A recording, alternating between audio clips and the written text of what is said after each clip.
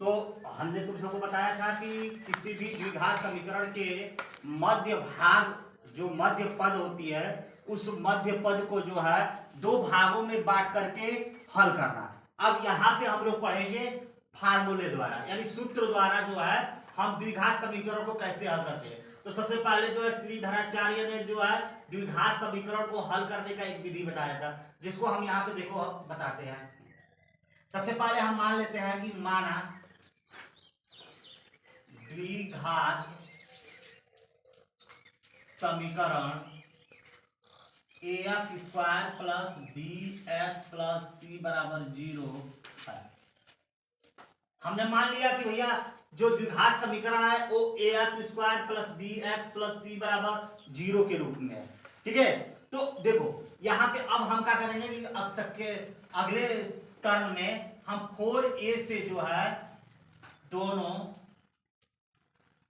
पक्षों में गुणा करने पर, सबसे पहले अब इसको पूर्ण वर्ग बनाएंगे। पूर्ण वर्ग बनाने के लिए हम 4a से जो है इसके प्रत्येक भाग में जो है प्रत्येक पद में जो है क्या करेंगे, दोनों पक्षों में जो है गुणा कर देंगे। गुणा करेंगे 4a से इसमें गुणा करेंगे तो 4a, a पे एक घात और एक घात, दो घात हो जाएगा, x स्क्वायर हो जाएगी, प्लस bx है, इसमें 4 से गुणा करेंगे तो 4abx हो जाएगी, प्लस यहाँ पे देखो 4a है और c में गुणा करना है तो 4ac बराबर 0 हो जाएगा। 4ac बराबर क्या हो जाएगा, 0 हो जाएगा। अब हम क्या करेंगे, 4ac को पक्षांतर कर देंगे। 4ac को क्या करेंगे, पक्षांतर कर देंगे। यहाँ पे 4a square x square plus 4abx बराबर माइनस 4ac हो जाएगा, 4ac हो जाएगा। अब देखो यहाँ पे ये खंड इसका जो है ये पूर्ण वर्ग है, परंतु ये वाला क्या है, पूर्ण वर्ग नहीं है। तो इस पक्ष को पूर्ण वर्ग बनाने के लिए हम एक फार्मूला तुम सबको पढ़ाया जा चुका है कि क्या करते हैं कि इसका जो है वर्गमूल ज्ञात करते हैं। वर्गमूल का होगा तो 2ax हो जाएगा, 2ax केवल समझने के लिए 2ax। इसका हम दुगना करेंगे। दुगना का मतलब ये हुआ कि 2 से गुणा कर देंगे तो 2 दूनी के 4ax हो जाएगा, और 4ax से जब इसको कटाओगे तो 4 से 4 कट जाएगा, a से a कट जाएगा और 1 से x कट जाएगा, बचेगा का b, और b का हम वर्ग कर देंगे। b का वर्ग करोगे ना तो देखो लिखेंगे कि दोनों पक्षों में b का वर्ग यानी b स्क्वायर क्या करने पर, जोड़ने पर। अब b स्क्वायर को जोड़ने पर यानी b स्क्वायर को इसमें क्या करेंगे, हम जोड़ देंगे, दोनों पक्ष में जोड़ेंगे तो यहाँ पे हो जाएगा 4a square x square plus 4a ax गुणे b प्लस b स्क्वायर बराबर minus 4ac plus b square. यहाँ पे b स्क्वायर हो जाएगा। अब देखो ये क्या हो गया, पूर्ण वर्ग संख्या बन गई।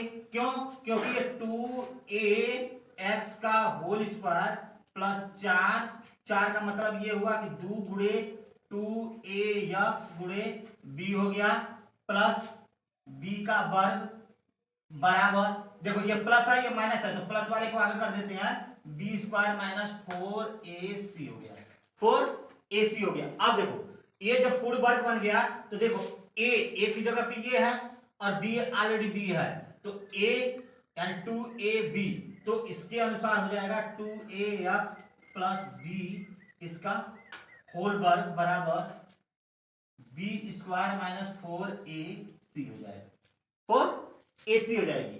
अब ये जो है इसका हम वर्ग, ये वर्गमूल में यहाँ पे वर्ग है ना, जब वर्ग को पक्षांतर करोगे तो किसमें चेंज होगा, वर्गमूल में चेंज होगा। जब वर्गमूल में चेंज होगा तो यहाँ पे हो जाएगा 2ax प्लस b बराबर प्लस माइनस वर्गमूल में हो जाएगा क्या, b स्क्वायर माइनस 4ac हो जाएगा।